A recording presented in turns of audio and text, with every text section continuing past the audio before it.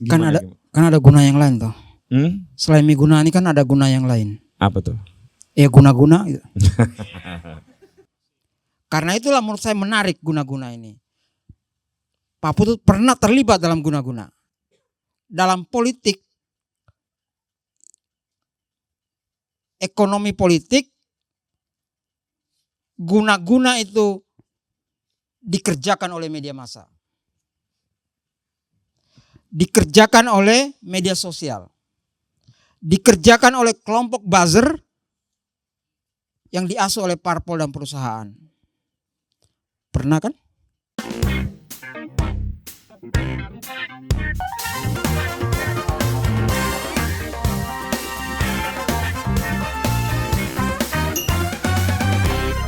Saya di kali ini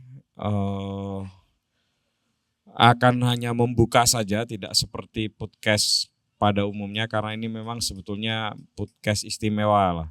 Podcast istimewa itu berarti karetnya 2. Iya.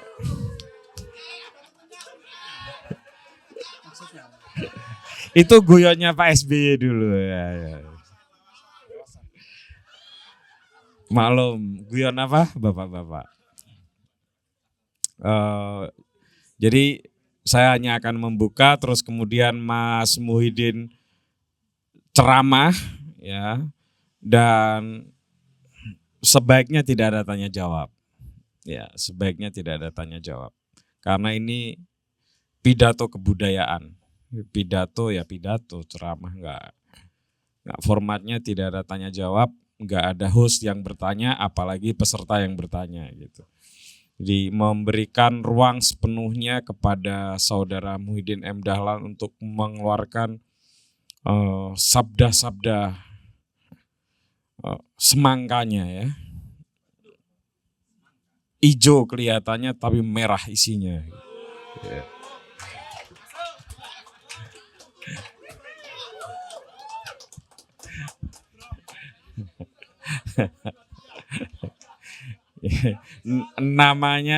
namanya saja yang Muhyiddin dan aktivitasnya aja yang dulu HMI, tapi sebetulnya dia lebih PRD dari PRD. Jadi teman-teman, saya kira begini ya, apa yang perlu saya sampaikan kepada teman-teman, ini ulang tahun Mojo yang ke-9. Dan memang dipisahkan dari Festival Mojo ya. Karena saya pikir bagus gitu. Ulang tahun sendiri, festival sendiri ya. Ulang tahun tuh ya lebih reflektif, lebih kalem lah ya. Gitu. Dan saya kira karena komunitas kita ini juga belum jelas kapan ulang tahunnya, jadi lebih baik ditetapkan ulang tahun komunitas kita itu ya sama kayak Mojo lah, 28 Agustus gitu ya, supaya tahun depan itu nggak bingung lagi gitu. Saya hanya mau memberi sedikit pesan kepada teman-teman di seluruh anggota komunitas yang hampir 80% hadir ya. Yang pertama, komunitas ini didirikan itu untuk mencari ilmu. Itu awalnya itu begitu ya. Untuk mencari ilmu. Jadi kalau di dalam perjalanan organisasi atau lembaga teman-teman itu tidak ada proses mendapatkan ilmu, tidak ada proses belajar, berarti ada yang salah di situ.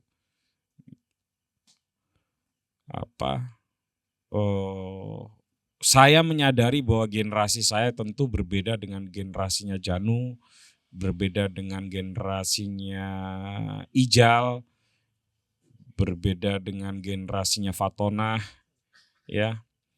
Tapi saya kira gairah untuk belajar mesti harus diperkuat ya. Jadi kalau orang ada di komunitas Bahagia EA, itu Ega dan Agus ya.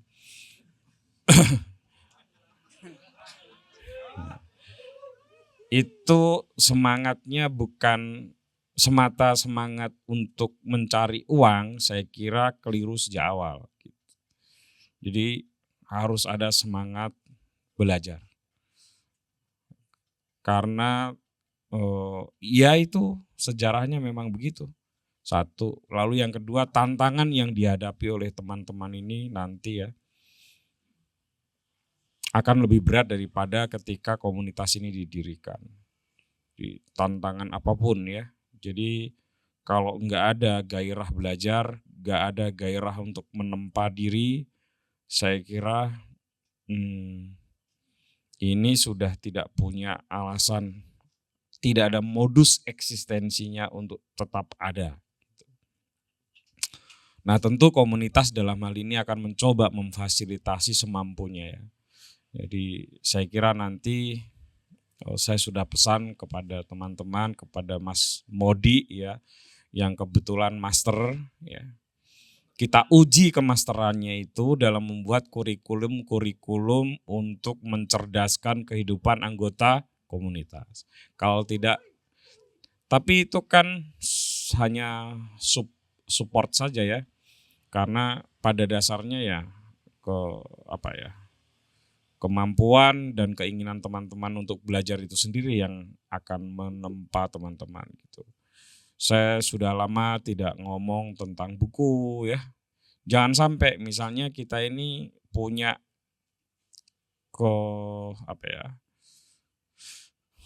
keleluasaan di dalam bekerja. Misalnya kayak teman-teman di Buku Mojo ya.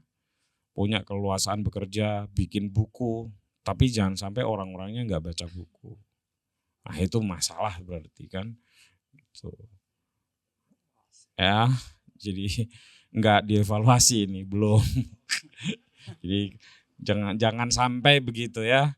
Udah nyetak buku, bikin buku, orangnya nggak baca buku. Wah itu kira-kira kalau dibakar di neraka itu paling bawah itu nanti.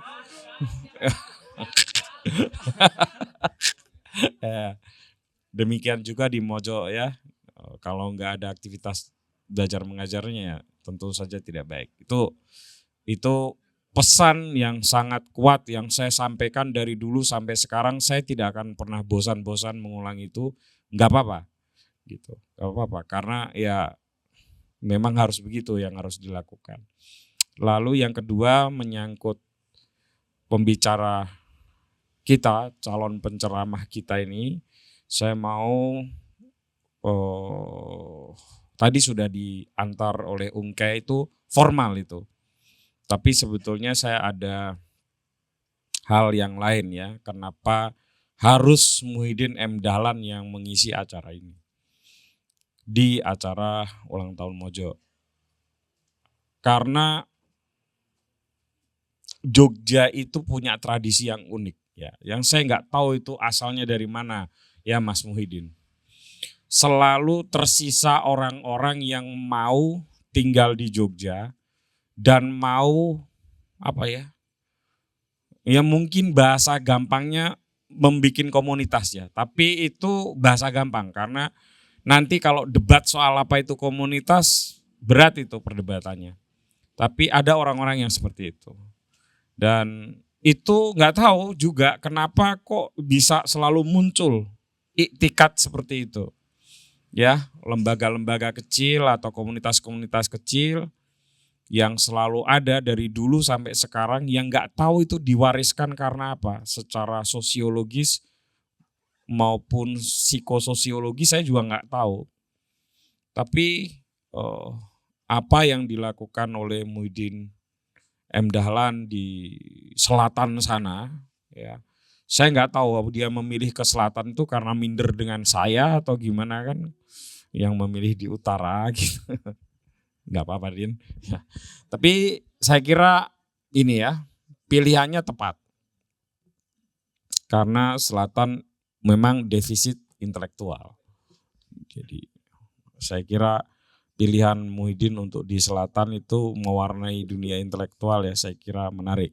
Masalahnya adalah di utara bukan defisit intelektual, defisit sumber daya manusia gitu. Itu lebih parah lagi. Nah, tapi saya orang yang optimistis, teman-teman. Kalau hal seperti ini nih nggak tahu juga ya, mesti di riset ya.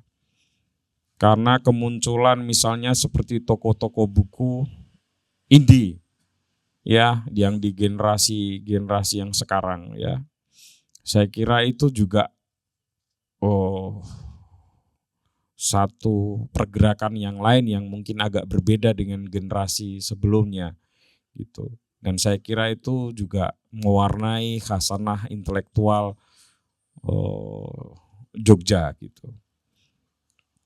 Karena itu saya merasa terhormat sekali Mas Muhyiddin mau akhirnya ya, dengan sedikit dipaksa akhirnya mau bicara di sini sebagai tamu kehormatan ya, untuk memberikan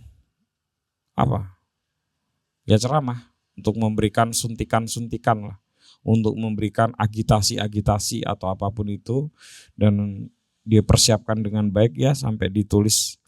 Saya kira kita semua, saya juga pengen menyimaknya karena ya saya juga rindu belajar yang baik ya, yang menyenangkannya.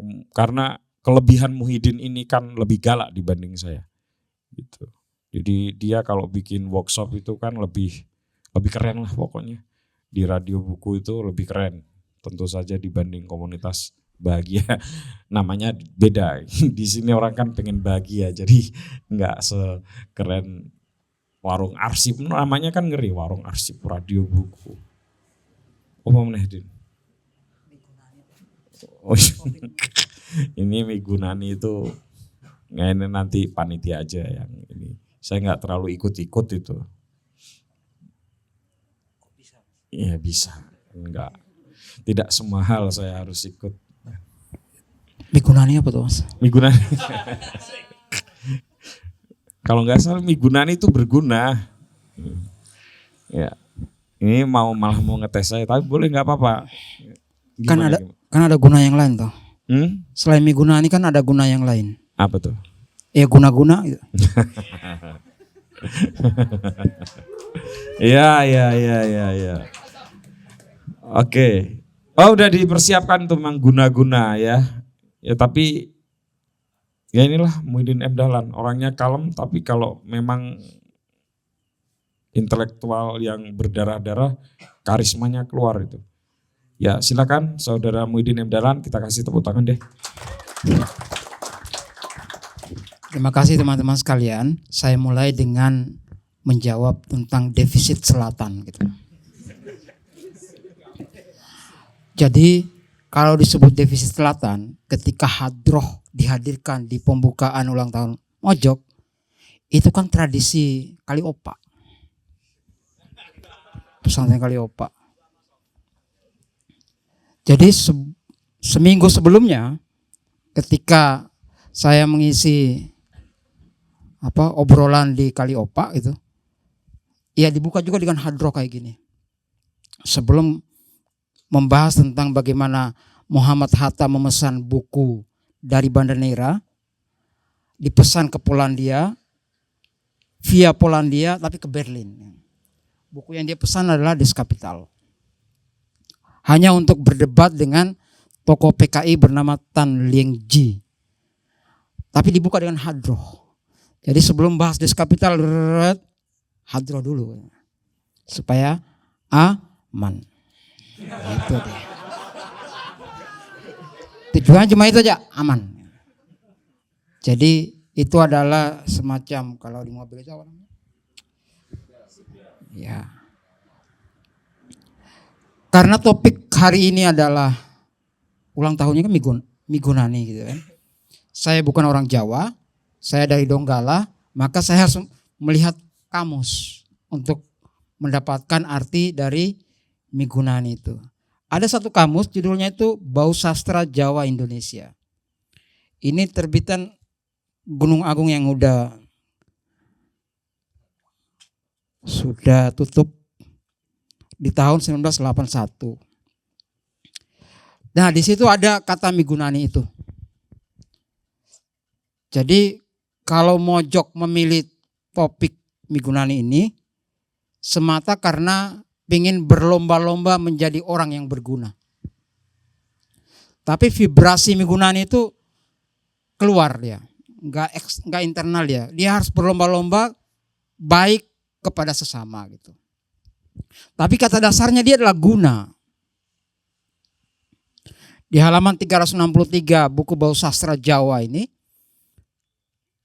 berfaedah bagaimana berlomba-lomba orang untuk berguna kepada orang lain, berfaedah. Tapi guna tidak hanya Migunani. Jawa punya perbendaharaan yang sangat kaya tentang arti guna yang dari bahasa Kawi itu atau Jawa kuno itu. Guna yang ketiga, karena udah guna, Migunani, guna yang ketiga adalah kagunan. Kagunan itu ketika Kongres Kebudayaan di Magelang itu sering disebut. Dan rekomendasi kagunan di Kongres Kebudayaan itu adalah lahirnya ASRI. Kagunan itu adalah sesuatu yang dicari oleh James Supangkat. Dia bingung mencari estetika Nusantara gitu ya.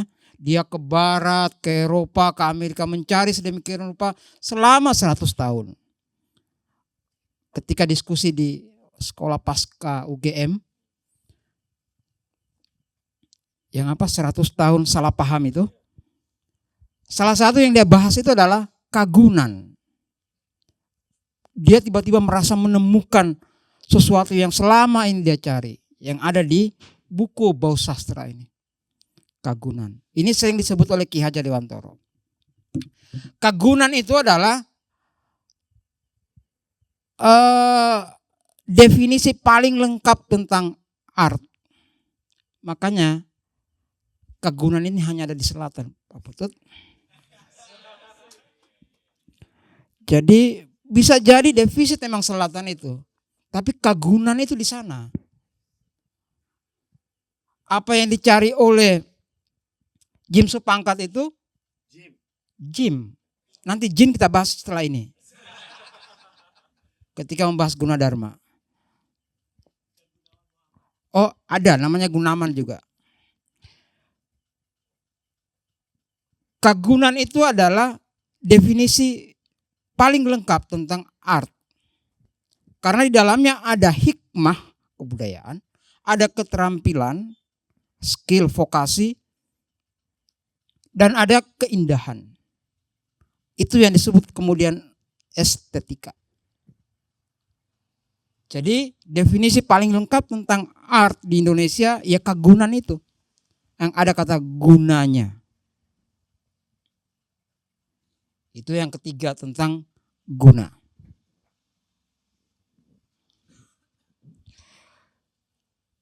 Yang keempat adalah Gunadarma. Tentu identik dengan masih ada hubungan dengan kagunan itu. Gunadarma identik dengan Borobudur. Tapi seluruh artificial intelligence ditanya tentang Gunadarma, mereka semua bersepakat bahwa ini tokoh fiktif. Jadi yang membangun Borobudur itu adalah namanya Gunadarma, dia adalah arsitek dari India Selatan dan seterusnya itu adalah tokoh imajinatif Mpu Prapanca di negara Kertagama. Kalau dia tokoh imajinatif berarti dia bisa bersifat.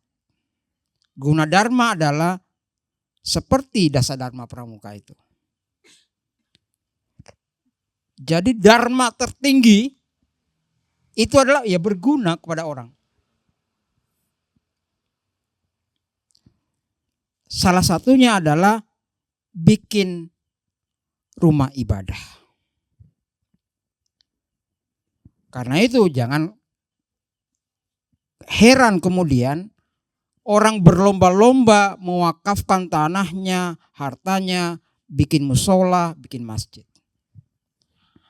Karena dongeng Nusantara adalah, terutama di Borobudur, dharma tertinggi adalah berguna, tadi membangun. Membangun apa? Monumen.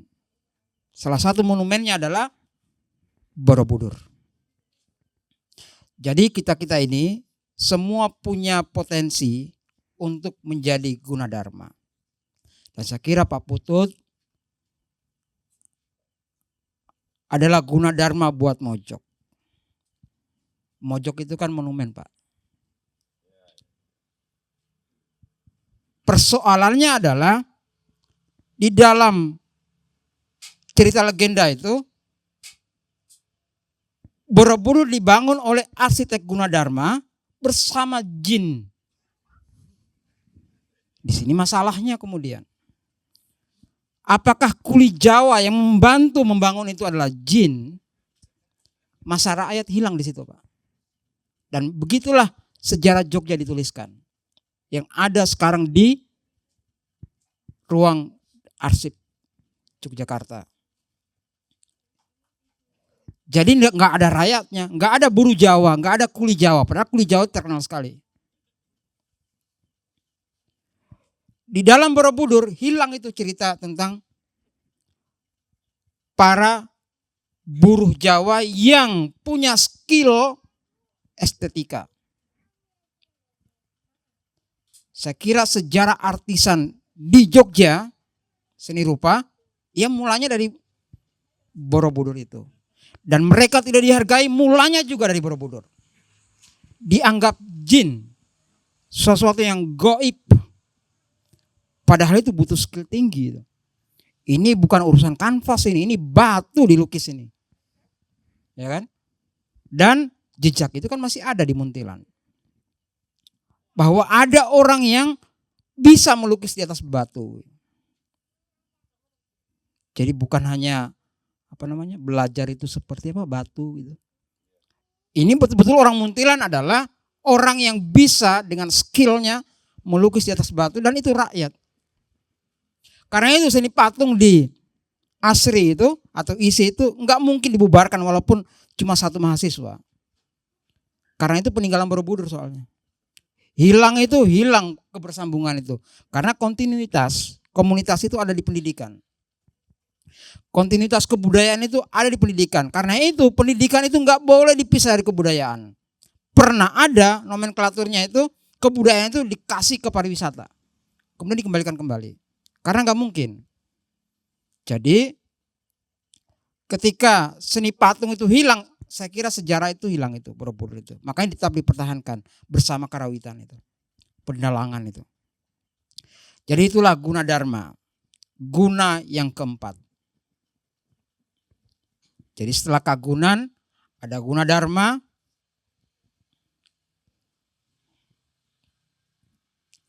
lalu ada Wiroguno. Ada guna yang lain teman-teman sekalian. Tadi itu positif semua kan? Baik. Tapi orang Jawa itu mengenal namanya Wiraguna itu. Bahkan kampungnya ada di Jogja, Wirogunan. Apa ikon kampung Wirogunan? Penjara.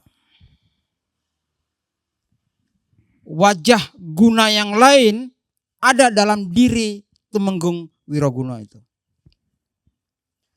Bahkan kebudayaan populer kita mendefinisikan Wiroguno itu adalah lawan dari cinta abadi. Orangnya tua, bengis, womanizer. Pemain perempuan. Nah itu Wiroguno itu. Temenggung Wiroguno. Tahun 81 nonton ulang lah filmnya itu. Saat Meriam Bellina masih umur 17 tahun. Dia berperan sebagai Roro. Yang kretek ini apa? Roro Mendut. Ini hubungan sama kretek ini. Sama Pronocitro. yang disebut-sebut sebagai kisah Romeo dan Juliet yang disumbang oleh Jawa Tengah tentang cinta. Tiba-tiba ada Wiroguno yang merusak cinta abadi remaja itu yang sedang ganas-ganasnya itu. Dan Wiroguno adalah wajah yang lain daripada Mataram Islam. Dia perwakilan Mataram Islam. Jadi Wira itu adalah ksatria. Orang yang wiro. Nanti wira swasta nanti ada. Wira. Orang yang pemberani,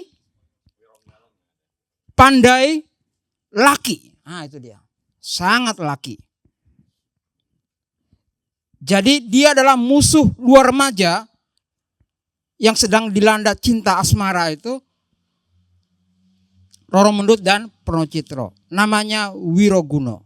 Dan ada kampungnya di Jogja, Wirogunan. Wirogunan saya kira adalah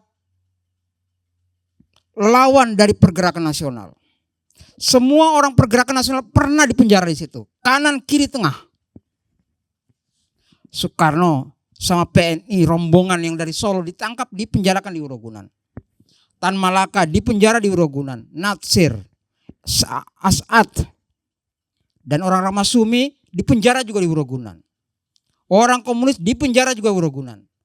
Jadi penjara Wirogunan saya kira adalah lambang yang lain tentang kegunaan. Dia melawan pergerakan nasional. Karena itulah Ki Hajar Dewantara bikin sesuatu yang coba melawan penjara itu. Namanya Taman Siswa. Kan Taman Siswa sini, Wirogunan di sini kan. Dan mereka berhadapan langsung. Kalau kita terbiasa membaca buku tentang sekolah kritis, pasti keluar itu, sekolah adalah penjara. Itulah sebabnya teman-teman sekalian, Ki Hajar menolak menyebut Taman Siswa sebagai sekolah. Karena sekolah itu identik dengan penjara, Wirogunan itu. Jadi ada guna yang lain tapi sangat negatif. Namanya Wiroguno. Dan itulah ikon kampung Wirogunan. Saya cari-cari apa ikon yang lain yang menarik dari Wirogunan itu. Tapi yang penjara Wirogunan lah.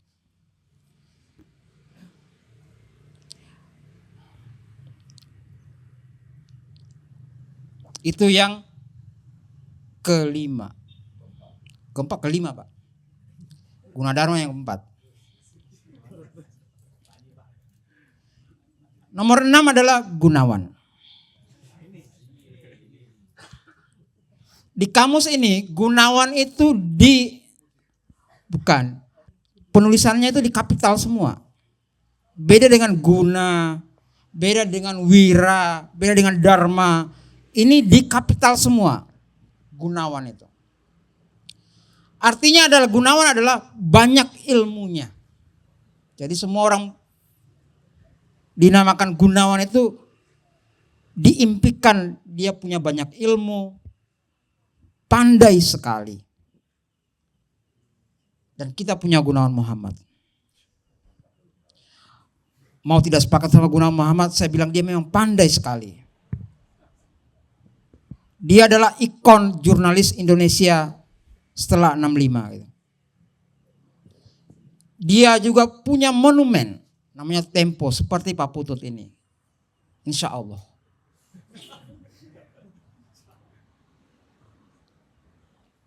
Dan dia adalah penulis esai nanti saingannya dia sama M. Hainul Najib. Udah kalah dia. Jangan dulu Pak Putut. Ini 1-2 soalnya ini. Saya nambahin, kalau Celi bilang itu saingannya sama Churchill. Siapa? Churchill. Winston Churchill. Enggak sebanding kalau bandingannya ke sana. Bandingannya Indonesia aja. Indonesia. Saya kira saya lebih. Kalau sama Muhyiddin M. Dahlan, menang Muhyiddin M. Dahlan. Oh kalah dong. Yang kalah siapa? Gunawan Yuk, Muhammad. kita kalah semua. Oh, Anda kalah. Ya udah nggak apa-apa. Jadi Gunawan Muhammad itu adalah Defisit ya berarti. belum, masih Oh belum, kita karena masih segini Gunawan kan? Belum. enggak, karena Gunawan Muhammad melukis kan akhirnya. Bukan di situnya Pak. Oh, oke. Sorry ya, saya harusnya nggak menanggap. Iya ya, tadi Pak Putus gatal ya. Gatal bener ya, nggak enak bener. Gelisah itu.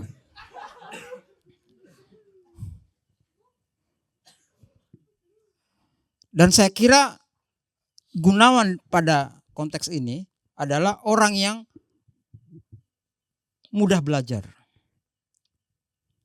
Dia bisa belajar manajemen redaksi loh ya. Bisa bikin perusahaan gitu. Sementara jurnalis lain agak kurang gitu. Dia nulis esai, penyair juga, dan penulis naskah drama juga. Dan sekarang melukis kan. Dan itu cepat sekali dia lakukan. Jadi guna yang ini adalah guna yang memang buat saya ya, itu layak untuk diteladani. Sebagai seorang pembelajar yang tidak pernah bosan belajar. Bahkan di usia tuanya dia belajar melukis. Mungkin bagi kita sudah terlambat, tapi dia tidak. Dia tetap melakukannya gitu. Nah, kemampuan dan motivasi seperti tokoh Gunawan ini layak kita teladani. Gunawan, orang yang banyak ilmunya, pandai sekali menurut Kamus Bausastra. Maka layak memang tokoh ini menyandang itu. Orang yang sangat pintar gitu. Yang ketujuh adalah tepat guna. Tepat guna ini adalah hubungan dengan teknologi. Dan kata ini kita adopsi di tahun 70-an. Baru muncul. Ini adalah saat kalau nggak salah itu lagi minyak itu lagi susut gitu. Maka orang harus mempersiapkan diri untuk pertahanan pangan. Maka Orde Baru mengeluarkan istilah teknologi tepat guna. Bahkan Wikipedia itu naruh sendiri dia teknologi tepat guna. Ini istilah agak aneh memang. Tetapi dari mana diadopsinya ini dan apa yang beroperasi waktu itu? Salah satunya adalah ini adalah teknologi yang disumbang. Salah satunya adalah tradisi orang-orang Buddhis. Orang-orang yang membangun Gunadarma itu, Borobudur itu. Dari Burma. Makanya beras Burma kan enak. Ada 3 yang menyumbang itu. Yang kita adopsi. Dari China lewat Mao Zedong. Dari tradisi komunis di Cina. Yang kedua adalah dari India. Dan itu adalah penghasil logistik beras yang bagus-bagus semua. Teknologi tepat guna. Teknologi tepat guna itu barengan masuknya. Nah disinilah kemudian gak enak itu. Barengan masuknya ABRI masuk desa. Militer masuk desa itu bareng sama teknologi tepat guna. Jadi teknologi tepat guna ini diawasi langsung oleh ABRI. Barengan dengan koran masuk desa. Yang dimaksud koran masuk desa itu adalah korannya Golkar. Suara Karya. KR nggak boleh masuk itu desa itu. Dia tetap di Jogja di kota itu. Tapi Suara Karya yang dimasuk ke sana itu. Dengan listrik masuk desa.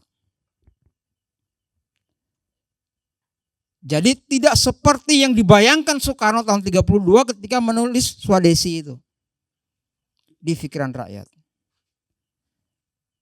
Teknologinya tepat guna tapi petaninya enggak. Itu ya, jadi kita pernah punya guna tapi dalam bentuk teknologi bernama tepat guna. Dan yang ke-8 adalah guna-guna. Menurut Kamus Bausastra, Guna-guna itu adalah justru bukan yang apa guna-guna Pak? Santet. Enggak. Bahasa sastra Jawa tidak begitu mendefinisikan guna-guna. Karena itulah menurut saya menarik guna-guna ini. Pak Putut pernah terlibat dalam guna-guna. Kalau mengikuti definisi bahasa sastra, guna-guna adalah pesona. Orang yang mengurusi pesona itu guna-guna. Guna-guna itu pesona.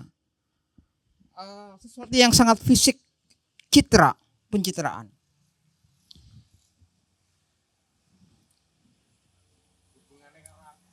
Nanti saya ada penjelasannya kan.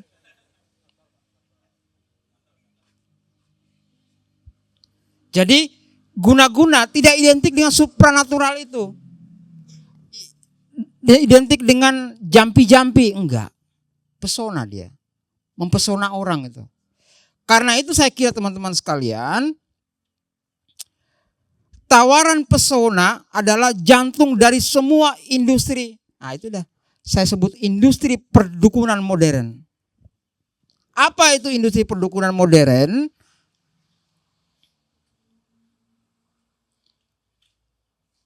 Yang sekarang ada make up. Itu bagian dari guna-guna. Mereka yang bekerja di industri itu, mereka ideologinya adalah guna yang bukan migunani tadi itu, tapi guna-guna menurut bahasa sastra.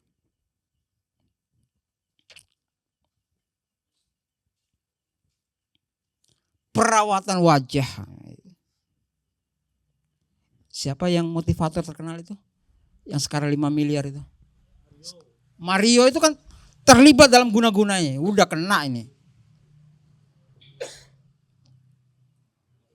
Skincare itu loh. Dan orang bisa kaya raya di industri guna-guna itu. Tentu legenda dalam industri guna-guna ini adalah ya Mustika Ratu dong. Makeover, Wardah, Miss Glow, apa lagi? Banyak itu. Mereka lah sebetulnya yang mewarisi lema guna-guna dalam bahasa sastra. Mereka yang bisa menguangkan guna-guna itu. Perdukunan itu terlalu pejoratif itu. Sebetulnya mereka yang mempraktekkan definisi guna-guna yang disumbang oleh Jawa untuk pesona.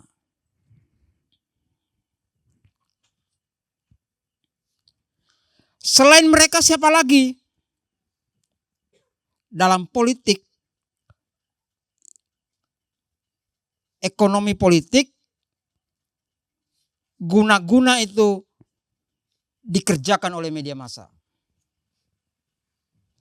Dikerjakan oleh media sosial. Dikerjakan oleh kelompok buzzer yang diasuh oleh parpol dan perusahaan. Pernah kan? Pernah. Karena guna-guna itu tujuannya memanipulasi memang. Pesona tapi memanipulasi publik. Kesadaran publik. Dan itu real. Jawa menyumbang kata guna-guna. Untuk kita hari ini. Selain kata tumbak cucuan. Nanti ini agak dekat dengan istilah Jawa yang lain namanya tumbak cucuan. Mereka akan mempergunakan pesona ini selain itu tumbak cucuan. Tumbak cucuan itu adalah orang-orang yang mengadu sedemikian rupa, itu namanya tumbak cucuan itu. Jawa punya istilah yang sangat bagus dan sangat mendalam. Nah itulah inti orasi kebudayaan di Sanata Dharma 4 hari yang lalu oleh Romo Setiowibowo tentang tumbak cucuan yang dikerjakan oleh kelompok media sosial, buzzer yang bekerja di sektor guna-guna ini. Maka teman-teman sekalian, jadilah manusia yang berguna. Manusia yang berdharma, Dan pilihlah posisi dari guna itu seperti apa dalam kehidupan kita. Kan pilihan memang. Mau yang ke-8 sebetulnya ada satu lagi namanya agunan. Jaminan, tapi udah gak usah dibahas tentang agunan ini. Karena ini bagian dari identik dengan leasing nantinya. Pinjaman. Selamat ulang tahun untuk Mojok. Terima kasih. Migunani bisa menjadi guna-guna juga tidak menutup kemungkinan buat Mojok. Semuanya bisa dilakukan, itu pilihan. Saya kira itu, terima kasih banyak. Assalamualaikum. Terima kasih Mas Muhyiddin M. Dahlan. Saya sebetulnya bisa gitu ya. Tapi saya kira tidak fair ya. Karena beliau adalah tamu kita dan sudah memberikan pencerahan yang baik. Saya baru tahu beberapa lema itu ternyata beda dengan seperti yang saya pahami. Dan itu justru diudar oleh orang dari Donggala, bukan orang dari Jawa. Terima kasih sekali lagi, tepuk tangan. Saya kira itu saja teman-teman ya, karena ini waktunya sudah cukup malam ya dan cukup dingin, sehingga sebaiknya saya kasih kepada Ungkai. Tapi sekali lagi ya, gimana? Oh, cukup ya, saya pikir dia mau nambah ini. Ya, saya semoga teman-teman di Mojok dan teman-teman di komunitas di usia yang ke-9 itu bisa memilih guna yang nggak tahu yang ke berapa tuh. Nanti ada pegawai agunan. Dan terima kasih atas kejujurannya untuk mengakui Bapak Gunawan Muhammad sebagai intelektual yang penting di Indonesia, karena jarang sekali Ki Ageng Semongko ini mengakui beliau sebagai seorang aktor seorang intelektual yang hebat. Dan memang hebat ya Pak Gunawan Muhammad ya. Kapan-kapan nanti Pak Gunawan Muhammad silakan datang ke sini untuk membedah kata yang lain, yaitu Muhyiddin.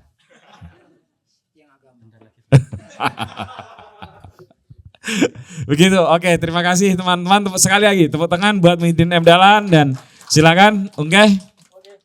Tepuk tangan sekali lagi buat Mas Putut dan Bu Smo. Terima kasih. Habis ini Mas Putut stay dulu karena ada potong tumpeng.